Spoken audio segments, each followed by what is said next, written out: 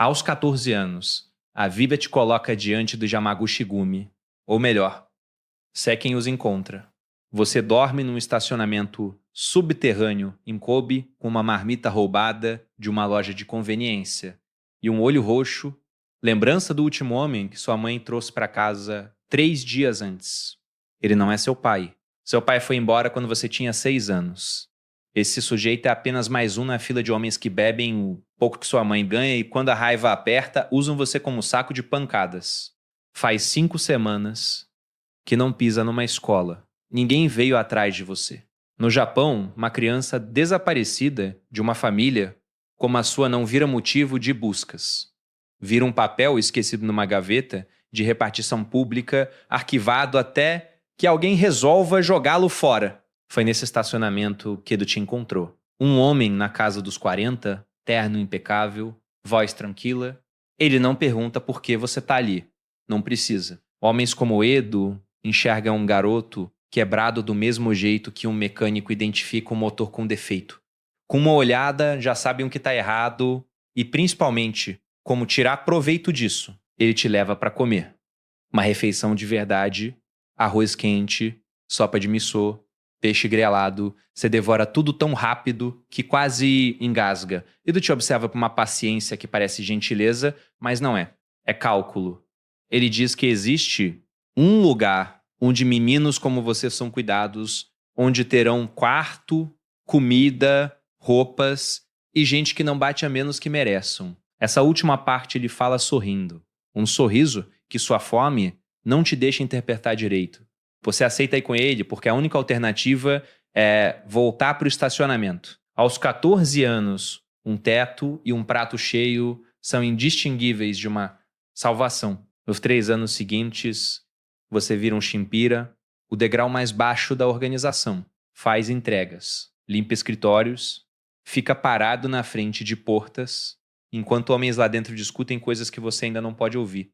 Aprende as regras, a obediência é absoluta, a lealdade é sangue. O Oyabun, o chefe, é seu pai agora, a organização é sua família. A palavra que usam é giri, uma obrigação tão profunda que acaba substituindo quem você é. Você aceita isso porque a família em que nasceu tentou te destruir. Pelo menos essa nova família te alimenta e te dá um propósito. Aos 17 você ganha sua primeira tatuagem, uma carpa no ombro esquerdo. Um homem com 30 anos de experiência na arte de marcar a pele dos Yakuza passa 6 horas cravando a agulha na sua carne. A dor é insuportável, mas você não pisca. Piscar seria fraqueza, e fraqueza nesse mundo se paga com dedos, não com palavras. Aos 23, suas costas estão completamente cobertas por um dragão que desce entre nuvens e ondas. Foram 14 meses e mais de 100 horas de trabalho, mas o resultado é impressionante. As tatuagens são lindas. Também são uma sentença perpétua escrita na sua pele, numa linguagem que todo japonês entende. Não dizem criminoso, dizem propriedade. Aos 21, você é promovido a chat, membro júnior, começa a cobrar taxas de proteção de estabelecimentos no distrito de Sanomiya, restaurantes, bares, casas de jogos. A cobrança educada é isso que os de fora não entendem. A violência não é a primeira ferramenta. É a última. Você entra num restaurante de terno impecável, faz uma reverência, explica que a organização oferece serviços de segurança e menciona um valor mensal. O dono vê a tatuagem escapando da manga da camisa e compreende tudo que suas palavras polidas não dizem. 95% tá bom sem questionar. Os outros 5% precisam de uma visita menos cordial. Você não gosta dessas visitas, mas a palavra recusa já não existe no seu vocabulário. A organização a apagou, assim como apagou seu nome antigo e sua vida anterior. Aos 25, você já ganha bem $8.000 por mês, livre de impostos, mais uma porcentagem das cobranças. Tem um apartamento em Kobe, dirige um Mercedes preto e veste ternos que custam mais do que sua mãe ganhava em um ano. Come em restaurantes, onde os donos se curvam mais fundo para você do que para os clientes habituais. Você manda dinheiro para sua mãe Ela aceita sem perguntar de onde vem. Parou de fazer perguntas sobre você aos 14 anos. Quando não foi te procurar? Esse dinheiro não é perdão. É um recibo. A prova de que o menino que ela abandonou construiu algo sem ela. Você se convence de que venceu. De que o estacionamento é uma lembrança distante. De que a organização te deu o que o mundo negou. E por um tempo, essa história se sustenta. Mas aos 27 ela começa a desmoronar. Um dono de gráfica em Sanamia não consegue pagar a taxa. Está 3 meses atrasado. Tem uma esposa e uma filha de uns 6 anos.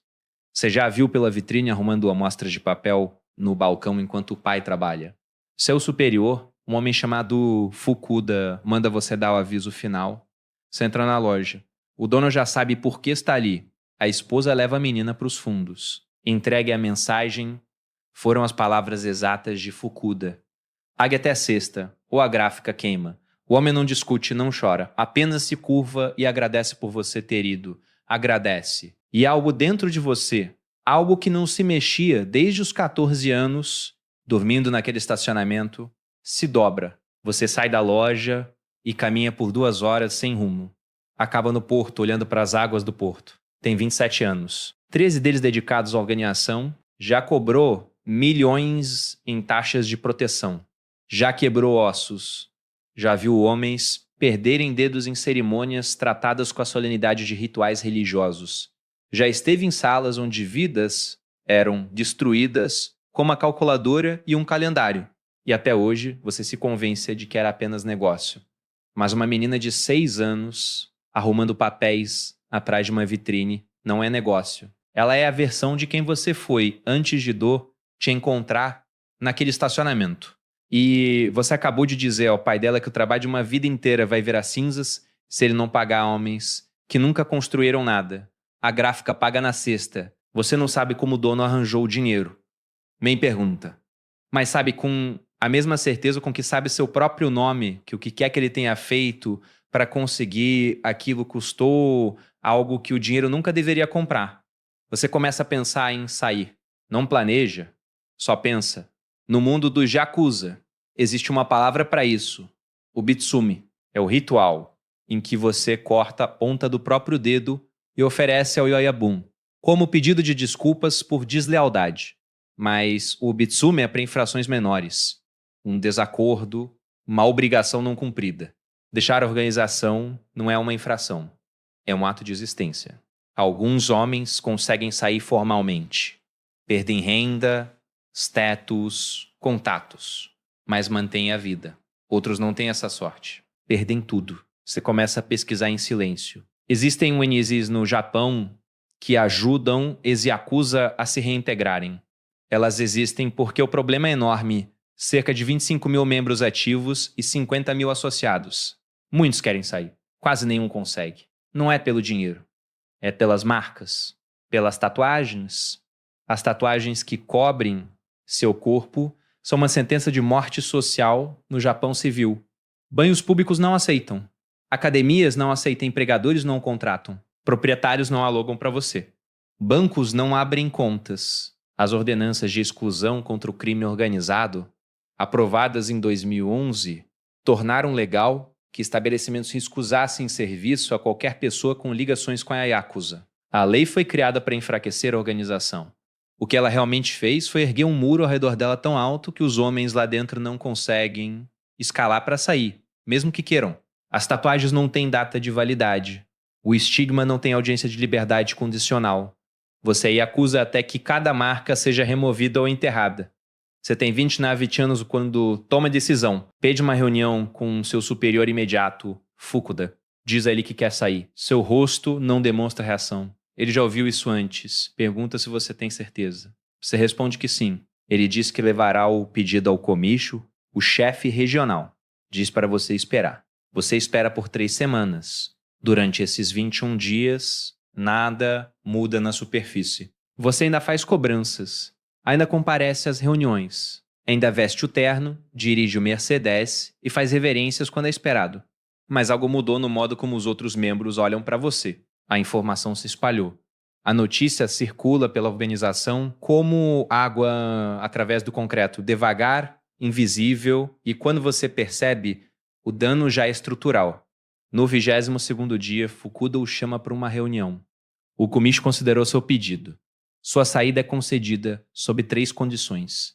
Primeira, você devolve o Mercedes. Segunda, abre mão de toda a renda e cobranças pendentes. Terceira, paga uma taxa de rescisão de $50 mil à organização como compensação pelo investimento que fizeram em seu desenvolvimento. Eles estão cobrando uma taxa de saída pelo privilégio de deixar a família que o recrutou em um estacionamento quando você tinha 14 anos e passava fome. Você paga. Cada dólar que economizou ao longo de 15 anos vai para um envelope e entrega a Fukuda em uma sala sem janelas. Ele conta o dinheiro, assente, não aperta sua mão, não deseja boa sorte. Diz apenas que a partir daquele dia, você é um civil. Depois fala algo que fica com você por mais tempo do que qualquer ameaça poderia. Você vai voltar. Não como um aviso, mas como um diagnóstico. Você se muda para Osaka. Aluga um quarto minúsculo por meio de uma ON de reintegração, porque nenhum proprietário aceitaria um homem cujo histórico retorna como o seu. Arranja um emprego em um canteiro de obras. Trabalho braçal, $1.200 por mês.